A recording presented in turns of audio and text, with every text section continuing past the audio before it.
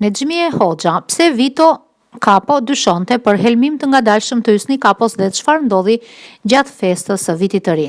Nga Hysni Hoxha. Hysni Kapos vdiq në 23 shtator 1979 në Paris. As doktorët francezë nuk arritën t'ia zgjasnin jetën udhëheqësit komunist. Ishte Ramiz Aliaj që i dha lajmin e kopshëm Enver Hoxhës përmes një radiogrami.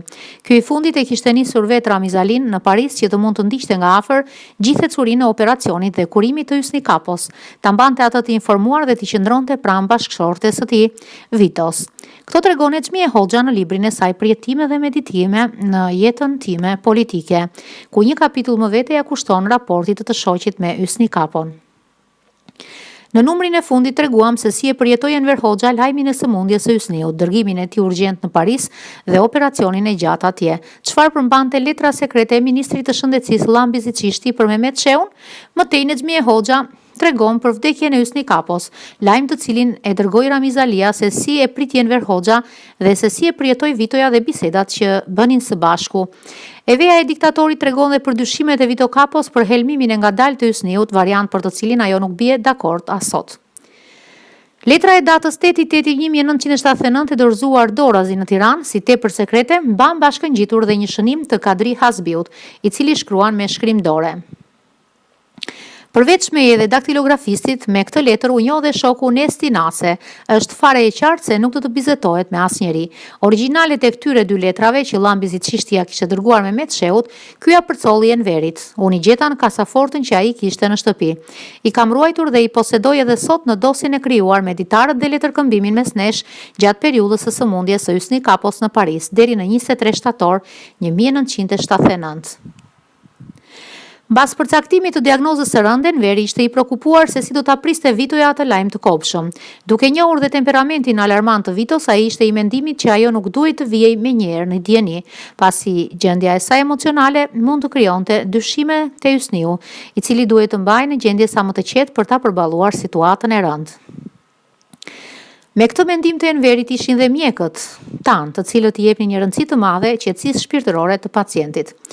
Në letrën që i dërgon Mehmet Çeut, Çishti shkruan: "Bëm çmos për të bindur profesor Aleksandrin që të mos i tregoj shoqes Vito diagnozën e vërtet, siç veprohet në këto raste në Francë. Shoqes Vito ju shpjegua se u hoq fshikza e tëmtit dhe u ndryer në pankreas për heqjen e kistit, biopsia e të cilit paraprakisht tregoi për një proces me natyrë benigне.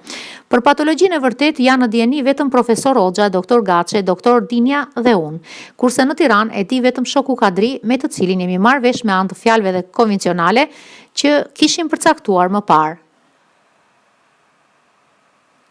Sot gjendja e pacientit është e kënaqshme, ajo është më e qartë, por do të vazhdoj akoma të mbahet në repartin e reanimacionit.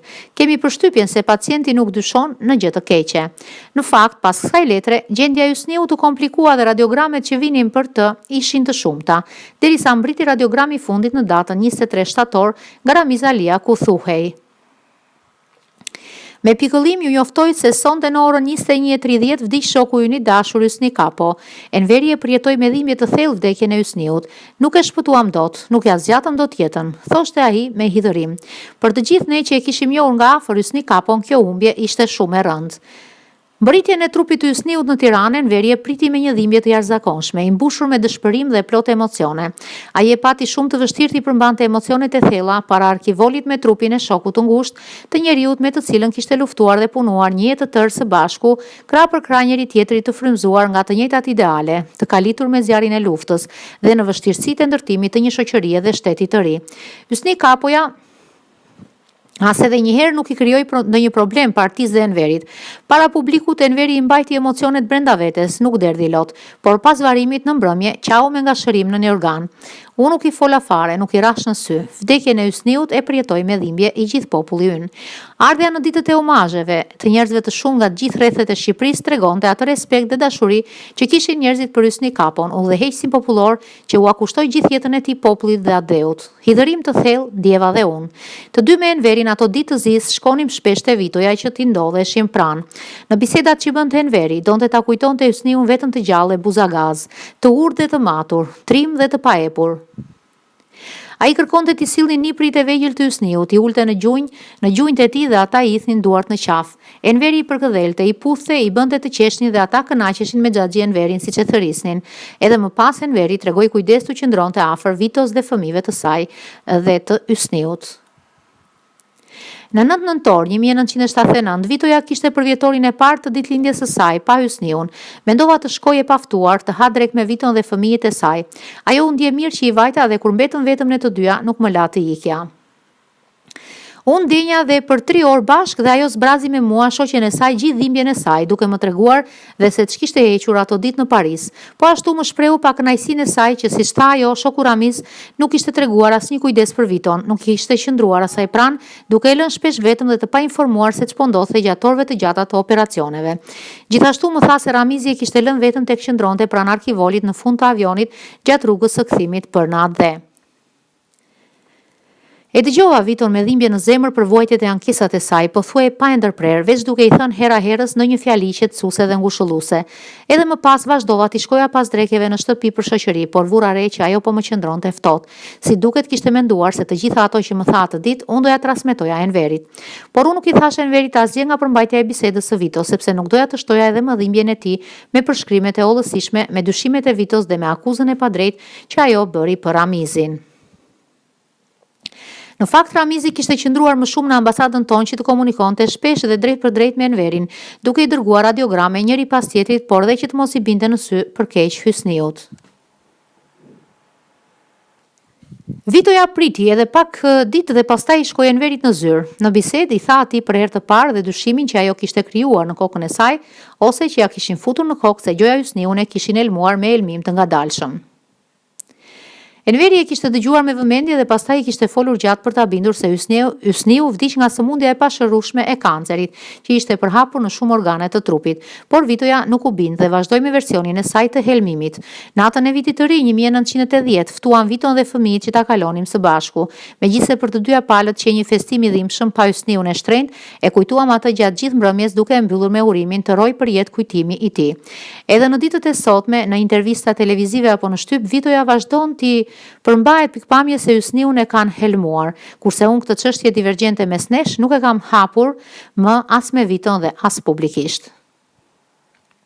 Me gjithë këtë, unë e quaj të pakuptimt të përmend në një mospajtim të përkohshëm mes të dyave, pasi mendoj se në jetë edhe midis dy motrave në një familje ndodhin mosmarrveshje dhe pakënaqësi, aq më tepër që e ruajmë miqsinë tonë të gjatë e cila ka nisur që në shkollë. Vazhdoi në luftën nacional shërimtare dhe në veprimtarinë e mëvonshme të përbashkët në periudhën e ndërtimit socialist, në punën për emancipimin e gruas dhe të shoqërisë shqiptare në sektor të ndryshëm, unë politik shoqëror, ajo ekonomik, duke u bërë anëtare e qeverisë së Republikës Popullore të Shqipërisë. Ajo që e bëri miqsinë tonë të pashflyeshme ishte dhe miqësia dhe shoqëria e bashkëshortëve tanë të paharuar, të cilët na e bën të lumtur jetën tonë. Jemi të gëzuara që miqësinë tonë e kemi përcjell dhe te fëmijët tanë, që dhe ata kanë një miqësi tepër të ngushtë midis tyre. Janë kujtimet e bukura të kësaj miqësie mes nesh që na ndihmuan të dyjave të kalojnë vështirësitë e mëdha që ranë mbi ne, mbi fëmijët tanë dhe të familjeve të tyre gjatë përmbysjeve që ndodhen në vendin tonë nga viti 90 e këtej. Me gjithë to halle, ne qëndruam në këmbë të papërkullura, duke luftuar kundër mohimit të fitoreve të popullit ton, në luftë dhe gjatë ndërtimit socialist, si dhe kundër baltosjes së figurave, aq të shtrenjta për ne dhe për popullin ton, Enver Hoxha dhe Hysni Kapo. Tregova këtu për lidhjen midis Enver Hoxhës dhe Hysni Kapos, për të treguar se miqësia e tyre që zgjati prej 40 e ca vjetësh, ndryshe nga miqësia e Enverit me Mehmetin, nuk pati asnjë ditë të re. Ajo buronte nga ndjenja të thella humane, nga ideali politik për çështjet madhore të kohës, dhe i kishte rënjët në vitet e largëta të kohës partizane. Edhe në periudhën pas çlirimit gjatë ndërtimit socialist, kjo miqësi u thellua më shumë, vazhdoi të ishte e sinqertë dhe midis Enverit dhe Hysniut pati një bashkëpunim të pandar.